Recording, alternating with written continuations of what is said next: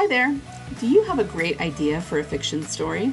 A story you're dying to bring to the world, but you don't know where you're going with it, don't know how to fill out a compelling plot, and have a hard time sitting down to even write words, much less finish your story? Even when you do write, do you worry that it's boring, that it drags, and that readers are going to hate it? So you stay stuck, write and rewrite the same scenes, and eventually give up, ending up with a file of half-written manuscripts and glorious story ideas on your computer.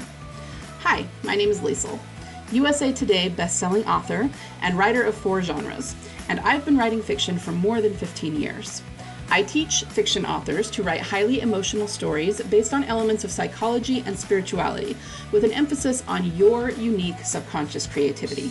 Did you know that human beings cannot be emotionally healthy without stories? That we'd all literally go mad if we couldn't tell ourselves stories and derive meaning from them? It's true, and a scientifically proven fact. So, grab your chocolate of choice and your fuzzy slippers. Let's turn that story snippet knocking around in your brain into a full-length novel that will give your reader that emotionally cathartic experience they long for, make you money, and change the world. Who's with me? Okay, let me ask you a question. How passionate are you about the story that you're writing? I hope you're super passionate about it. If you're not, that's a problem, and we'll talk about that in just a minute. But even if you really are super passionate about the story that you're writing, how passionate are you about each and every scene that you write? Do you find yourself taking your story to a certain place or doing certain things in it because you think the audience will like them, even if they don't actually light you up? Now, what about writing to trend? This is something that used to be a really hot topic in the indie author space, and I don't see it being discussed as much anymore as it used to be. But if a genre really pops off, like teen vampire romance, for example, or billionaire romance, or whatever the genre is, if it suddenly becomes really big and really profitable for the authors writing in that genre, should you hop on that trend and write a genre just so that you can capitalize on it, make some money? Even if it's not your favorite thing to write? That used to be debated a lot in the author space. So the question is, what do you think about that? Well, let's talk about it a little bit. Here's the thing that you do need to know before you make a decision. When authors decide to hop on a trend and write a particular genre or tropes that they wouldn't have otherwise written just so that they can try and make some money, the real question is, are they successful or not? And the answer to that is, it depends. Some are wildly successful. Others completely flop. So that right there should tell you that the action of writing to trend or not writing to trend isn't really across the board going to work or not work, right? Because we have both extremes in the outcomes. Trying to figure out if you can have success that way is a lot more nuanced. So the question is, what is that nuance? What dictates whether writing to trend is going to work for an author or not? Well, okay, I want you to try this on for size. Imagine a scenario where someone is recommending a book to you, and maybe it's not your favorite genre to read, though you're open to reading it, and then they tell you about it a little bit, no spoilers or anything, just kind of an elevator pitch, what the book's about, and then they say something like, yeah, I really enjoyed reading it, you should read it.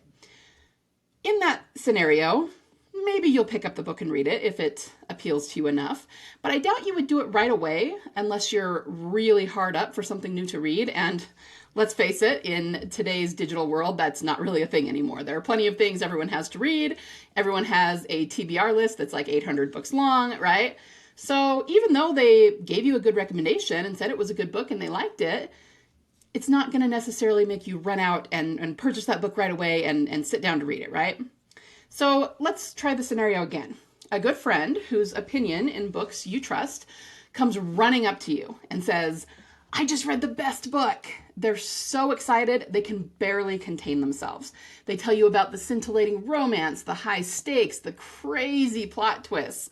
And then they even tell you about their emotional reaction to the story. Something like, I couldn't put this down, or I stayed up all night to find out what was going to happen, or man, this story lives rent-free in my brain. I cannot stop thinking about it. You have to read this so we can discuss it. How much more likely are you to run out and get the second book than you were to get the first? Quite a bit more likely, right? Well, guess what? I got news for you. The thing that made the difference between your urgency to buy the first book and the second book is the same thing that determines whether writing to trend will work for you or not. And what is that thing that determines it? What is that thing that makes the difference? It's passion. We humans are energetic beings. We infuse everything we do, especially everything we create, with our energy. And I've got more news for you. How you feel writing your story is how readers will feel while reading it. So if you aren't exuberantly passionate about your story, your readers won't be either. Okay, that's really important. If you're bored with what you're writing, your readers are going to be bored too. So do you see how that affects writing to trend? Why some authors are successful at it and others completely flop? I'm not actually against writing to trend. I haven't done it myself in my own career because I know very well what I like to write and what I want to write, and I don't really care that much about trends, but I'm not against writers doing it so long as what they are writing, whatever that trend is, so long as they're passionate about it, okay? If you sit down to write a trending genre or tropes or whatever it is, and you are already absolutely in love with it, or maybe you fall in love with it while you're, figuring it out, crafting your story, then chances are you're going to be really successful in that genre. Your passion will bring your readers a high quality story, make them feel things, and that's exactly what we're looking for in a novel, right? If on the other hand, you're writing a trending genre just to make some money, but you aren't completely lit up about what you're writing, your book is probably going to flop because the excitement with which you write it will dictate your reader's excitement also, and that is going to affect your sales. And if it flops, you've just wasted a lot of time and a lot of brain cells on a story that you don't even really like. So please don't do that, okay? So I want to define a couple of terms for you here. I teach my students the difference between soul stories and six-figure stories. If you've listened to my podcast for any length of time, you may be familiar with these terms, but let's go over them for any newbies out there. A soul story is written from your subconscious creativity. It's the story that lives in you, not the one you think the market wants or the one you're trying to force into a mold, okay? I teach my students how to journal, how to free write, how to tap into their unique subconscious creativity. This is very different than trying to force your story into or out of templates, okay? So it's born from that unique subconscious creativity. It's something that you're very passionate about, very lit up about, okay? It feels absolutely inevitable. It's the story that's not going to go away until you actually get it written down. And thinking about it is something that you almost obsess about, right? It keeps you up late at night in the best way. And because you care so deeply, that energy of that story is going to bleed through onto the page and the reader will feel it, okay? Now, what about a six-figure story? If you have a great idea for a story premise, but you don't know where you're going with it, if you're having a really hard time filling in plot events or finishing your current WIP, or if you're constantly worried that your story is boring or dragging or that your readers won't like it, then I encourage you to join the legendary Fiction Forge, my monthly membership for fiction authors. Inside, I will give you the complete A to Z blueprint for how to write highly emotional stories that your readers will absolutely fall in love with, no matter what your genre or tropes are. Want to become a widely read, highly paid master storyteller? Then join us in the legendary Fiction Forge and finally get that epic story that's been knocking around in your brain forever out to the world. I'm going to tell you right now that how I define a six-figure story has nothing to do with income, okay? I'm not promising the story will make you six figures in royalties. Obviously, no one can guarantee income. But rather, I define a six-figure story as one that has all the right pieces in mind so that it has the potential to become one. So not just to sell once, but to keep selling over time, to create mega fans, to create a cult following. And it's the difference between having a great launch and then having your sales drop off and having a book that sustains sales over time. So what are those criteria that would make any story you write into a six-figure story? Number one, it has to be a soul story. So I defined what a soul story was for you before, one written from your passion, your unique subconscious creativity, because if that passion isn't there, it doesn't matter how well you write to market, your story is still going to flop or at least be pretty mediocre in sales. The passion and the emotion has to be there. So writing to market alone Don't get me wrong, writing to market has a lot of value, but it's not enough. Okay, you have to have the passion for your story. So the first criteria is that you have to write a soul story.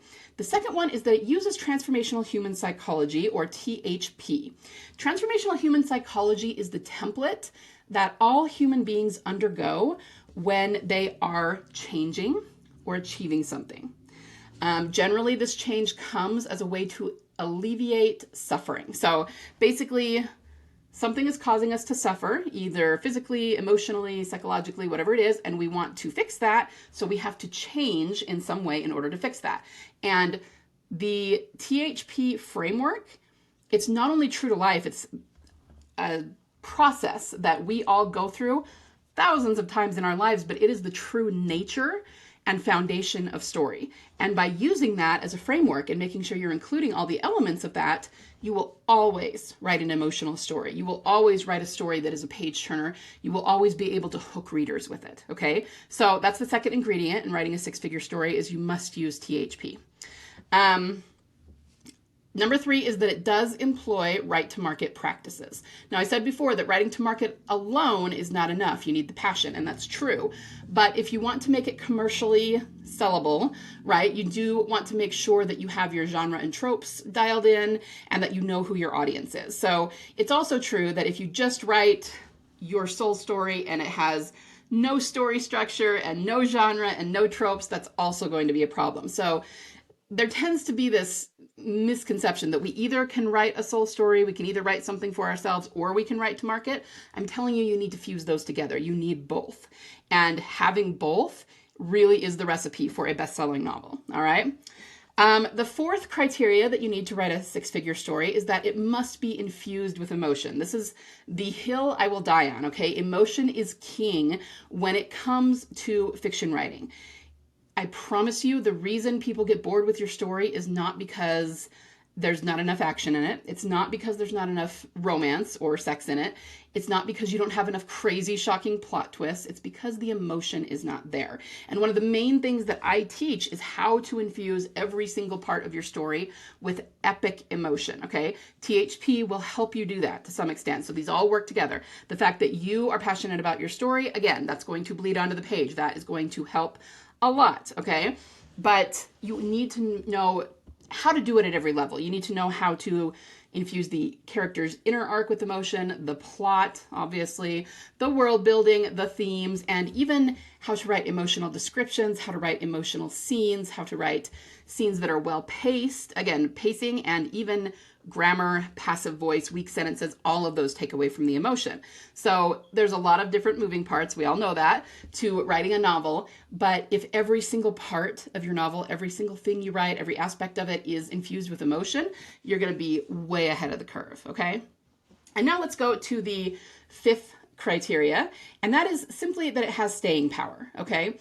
It's great to have a fantastic launch and sell a bunch of books, but it's better to have a book that will continue to make sales every single month for the rest of your life. And of course, that has a lot to do with marketing, but here's what I'm going to tell you. True fiction book marketing starts at the story level, okay? Because you can throw a lot of money at marketing when nobody's read the book yet. Maybe you have a great cover, a great blurb, you do some newsletter promos, you have some people on your mailing list, and you can sell, at least a few hundred, maybe even a few thousand copies when you launch. But once people start reading the book, and it doesn't have to be terrible, I'm not saying the book would be terribly written, even if it's even a little bit mediocre, your sales are going to drop off, okay? There's so much competition these days, and everything you write has to knock your reader's socks off. And I'm telling you, the way to do that is through emotion.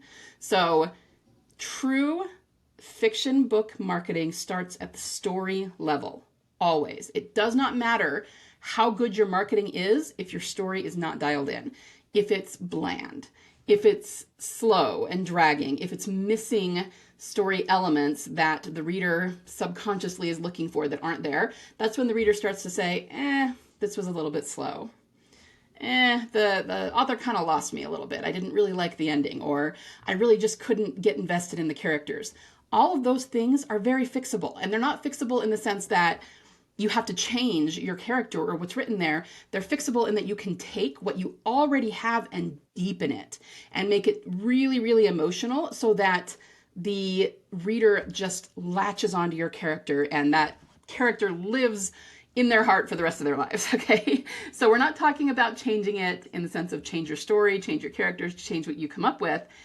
Rather, it's about deepening it, taking what you already have and what you already love about your story and your characters and communicating them in an extremely emotional way on the page, okay? So you may wonder, okay, but can't any story with the right marketing potentially be a six-figure story, one that sells really well? Honestly, no, unfortunately, because this is why I call these six-figure stories. Again, not because we can guarantee income, that's going to depend on marketing, but because if you don't have all of these criteria, then you really don't have the potential to become a six-figure seller. All of those need to be there first, and then you can look at whether it can become a six-figure story. So unfortunately, we all like to say, well, you never know. Every story has the potential, but it doesn't. Not if these things are not in place. So let's recap a little bit, okay?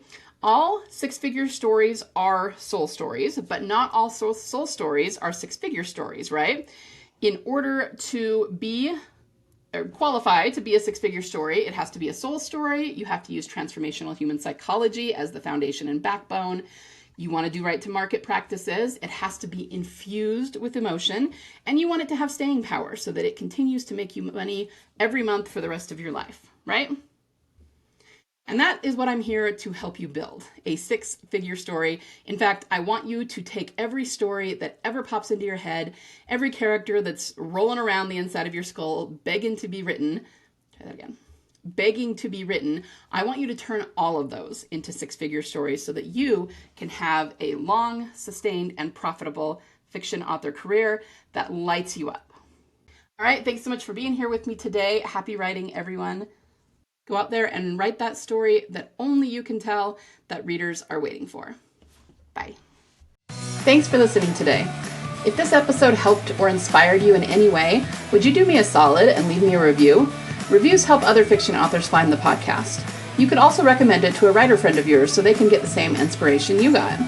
Remember, you have a story inside you that only you can tell. So get out there and write your soul story, because your readers are waiting for it with bated breath.